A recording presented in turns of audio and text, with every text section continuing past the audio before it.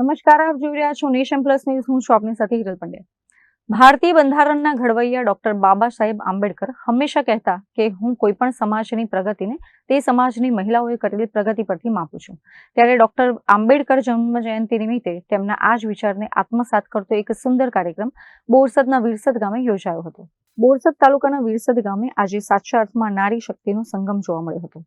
Doctor Baba Saheb આંબેડકરની 135મી જન્મ જયંતિના પાવન અવસરે 28 ગામ પેશવા પરગણા અને 22 ગામ નવાબી પરગણા દ્વારા એક ભવ્ય કાર્યક્રમનું આયોજન કરવામાં આવ્યું હતું.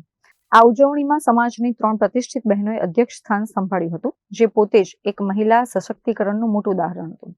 કાર્યક્રમમાં વિશ્વ મહિલા દિવસની ઉજવણીના ભાગરૂપે સરકારી કે ખાનગી નોકરીમાં ઉચ્ચ પદ પર છે અથવા સફળ વ્યવસાય કરી રહી છે એવી સમાજની 180 મહિલાઓનું સન્માન કરવામાં આવ્યું હતું.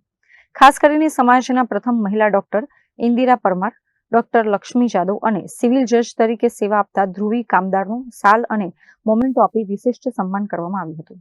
આ પ્રસંગે પેશવા, નવાબી અને ગાયકવાડ પરગણાના અગ્રણીઓ મોટી સંખ્યામાં હાજર રહ્યા હતા.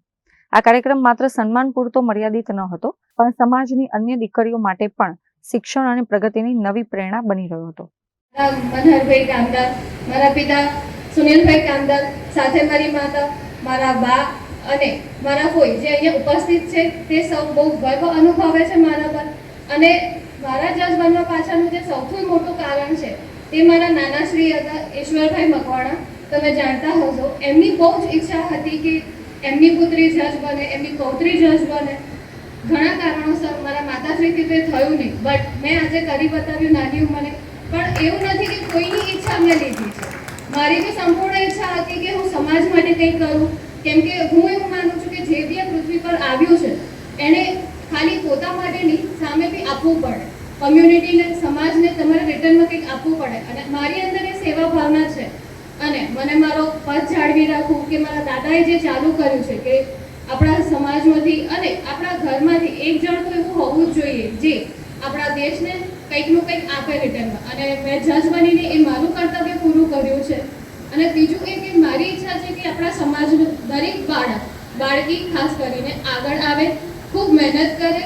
અને આપણે સમાજનું ભવિષ્ય છે અને આપણે જ એમને આગળ વધારવા પડશે. અને આપણા પર જિમ્મેદારી છે કે સમાજ આપણી જોડે ચાલે, આપણે એ સૌને આગળ વધારીએ. અને એવું નથી કે ખાલી ધ્યેય પ્રાપ્તિ પર તમે ફોકસ કરો. તમારો ફોકસ એવો બી હોવો જોઈએ કે આ ધ્યેય પ્રાપ્તિથી મને, મારા સમાજને, મારા દેશને કેટલો ફાયદો થશે. હું મારું જાતની મહેનત કહું છું કે મેં 10-15 કલાક જે વાંચ્યું હશે રોજ, એમાં સાથે મારા માતાશ્રીનો બહુ મોટો હાથ હતો કે હું ખાલી વાંચન કરું, પણ એની સાથે સાથે એ મારી જોડે મારો એક આભારની જેમ ઊભા છે કે ભાઈ જ્યારે જરૂર પડી કે મને નેગેટિવિટી ફીલ થઈ ત્યારે એ મારી સાથે હતા. તો આ જે સન્માન તમે લોકોએ મારું કર્યું છે એના માટે હું ખૂબ ખૂબ આભારી છું દિલથી. અને આ સન્માન મારી એકલીનું નહીં પણ મારા પરિવારનું છે. Thank you. Hiren Shah, Nation Plus News, Anand. સમાચારોના સતત અપડેટ મેળવવા માટે અમારી નેશન પ્લસ ન્યૂઝની યુટ્યુબ ચેનલને સબસ્ક્રાઇબ કરો, બેલ આઇકન દબાવો અને જોડાયેલા રહો ફેસબુક, ઇન્સ્ટાગ્રામ અને ટ્વિટર પર.